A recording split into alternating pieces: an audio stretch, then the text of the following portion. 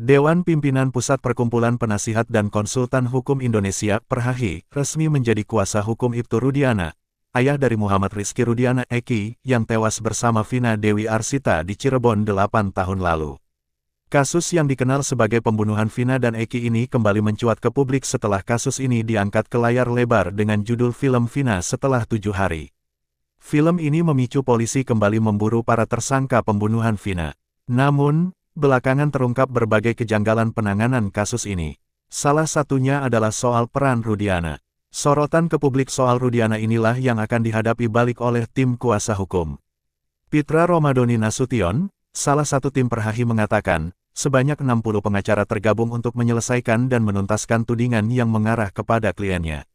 Kita sudah bagi ada 6 koordinator untuk fokus mencari keadilan Bapak Ibtu Rudiana, katanya saat konferensi pers di kantornya, di Jakarta Pusat pada Senin, tanggal 22 Juli tahun 2024. Dia menjelaskan, Ibtu Rudiana masih menjadi polisi aktif, dan tidak pernah melarikan diri, sembunyi, atau bungkam, mengenai kasus yang dialami oleh anaknya, Eki, yang tewas pada tanggal 27 Agustus tahun 2016. Beliau harus memenuhi standar operasional prosedur (SOP) di internal kepolisian, jelas Pitra. Pitra juga menyayangkan tudingan dan opini liar yang dituduhkan kepada Rudiana. Mulai dari isu Eki diduga masih hidup, suruhan penjaga makam, dan kesaksian Dede yang diduga diarahkan oleh Rudiana. Ini semua fitnah jahat sekali, ucap dia. Tim Perhahi juga berencana akan melaporkan balik siapa saja pihak-pihak yang selama ini sudah melaporkan Ibtu Rudiana. Kami selama ini sabar dan mungkin sudah saatnya kami bertindak, ucap Pitra. Rudiana sebelumnya dilaporkan oleh kuasa hukum salah satu terpidana kasus pembunuhan Vina Dewi Arsita, Vina, dan Muhammad Rizky Rudiana Eki, Hadi Saputra. Ayah Eki tersebut dilaporkan ke Badan Reserse Kriminal Markas Besar Kepolisian Republik Indonesia, Bareskrim Polri, pada Rabu, tanggal 17 Juli tahun 2024. Kuasa hukum Hadi dari Peradi, Jutek Bongso mengatakan, pelaporan ini terkait penganiayaan, penyiksaan, hingga penekanan psikis terhadap 7 terpidana yang dilakukan oleh Rudiana. Apakah betul atau tidak, katanya. Dugaan tindak pidana yang dilakukan oleh Kapolsek Kapetakan, Cirebon itu, terjadi saat peristiwa kematian Eki dan Vina 8 tahun silam. Rudiana melaporkan kepada pihak kepolisian sebagai masyarakat biasa. Namun, ia juga melakukan penangkapan dan penahanan sebagai kanit narkoba Polres Cirebon. Sebagai itulah yang akan kita laporkan, jelas Jutek. Peradi menjelaskan, pelaporan ini hanya dilakukan oleh terpidana pembunuhan Vina dan Eki, Hadi Saputra kepada Rudiana atas dugaan kesaksian palsu, penganiayaan, memberikan surat palsu, sesuai dengan pasal 422 KUHP dan pasal 351 ayat 2 KUHP, pasal 333 ayat 1 KUHP. Kuasa hukum Ibtu Rudiana dari Perkumpulan Penasihat dan Konsultan Hukum Indonesia (Perhahi) menjelaskan awal mula muncul 11 nama pelaku pembunuhan Vina dan Eki 8 tahun silam. Anggota tim Perhahi, Pitra Romadoni Nasution mengatakan, pada tanggal 29 Agustus tahun 2016, setelah Rudiana melihat keadaan anaknya, Eki, dengan luka tidak wajar ditambah motor yang dikendarai pada saat kejadian pada tanggal 27 Agustus tahun 2016, Rudiana melakukan pendalaman tentang penyebab Eki meninggal. Pada tanggal 31 Agustus pukul 14 waktu Indonesia Barat, Rudiana menemukan AF dan Dede, kedua pekerja di bengkel motor depan SMP Negeri 11 Cirebon. Rudiana menanyakan kejadian pada malam itu.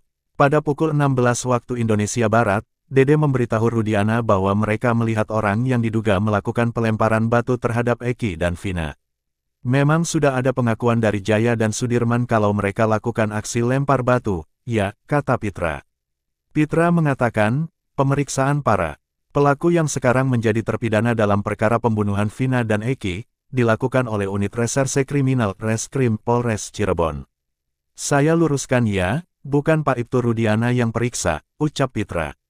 Perihal 11 nama pelaku yang disebutkan Rudiana dalam BAP, Pitra mengungkapkan bahwa ayah dari Eki itu mendapat informasi seluruh nama tersebut dari unit reskrim.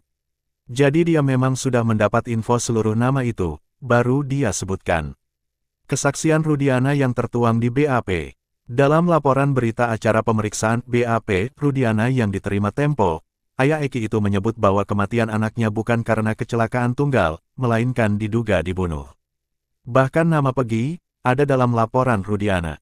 Sebelum Rudiana membuat kesaksian, pada hari yang sama pukul 17 waktu Indonesia Barat, Polres Cirebon menangkap 7 pelaku pembunuhan Vina Dewi Arsita Vina dan Muhammad Rizky Rudiana Eki berdasarkan keterangan saksi AF dan Dede. Di dalam BAP, Rudiana menyebutkan dengan rinci identitas 7 pelaku yang diduga merenggut nyawa anaknya. 7 nama pelaku yang disebut Rudiana ialah Eko Ramadhani alias Koplak, Supriyanto alias Kasdul, Hadi Saputra alias Bolang, Eka alias Tiwul, Sudirman alias Pacew, Jaya alias Kliwon, dan Saka. Rudiana juga menyebutkan 4 nama pelaku yang kabur, di antaranya Andika, Andi, Dani, dan Peggy.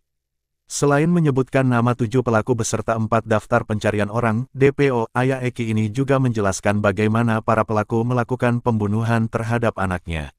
Menurutnya, 11 pelaku memukuli Vina dan Eki menggunakan bambu, menusuk, dan membacok 2 sejoli itu menggunakan samurai hingga meninggal, kemudian meletakkan korban ke jalan raya flyover Talun, agar seolah-olah terjadi kecelakaan. Soal pemerkosaan terhadap Vina, rupanya Rudiana juga yang memberikan keterangan itu. Para pelaku terlebih dulu memerkosa korban Vina secara bergantian, kata Rudiana yang tertuang dalam keterangan BAP. Pada BAP Rudiana, tertuang juga alasan para pelaku membunuh Vina Cirebon dan Eki. Rudiana yang saat itu berpangkat Inspektur 2 polisi itu menyatakan ia mengaku sudah menanyakan hal ini kepada para pelaku, dan alasannya karena ingin menunjukkan eksistensi sebagai anak geng motor Moonraker.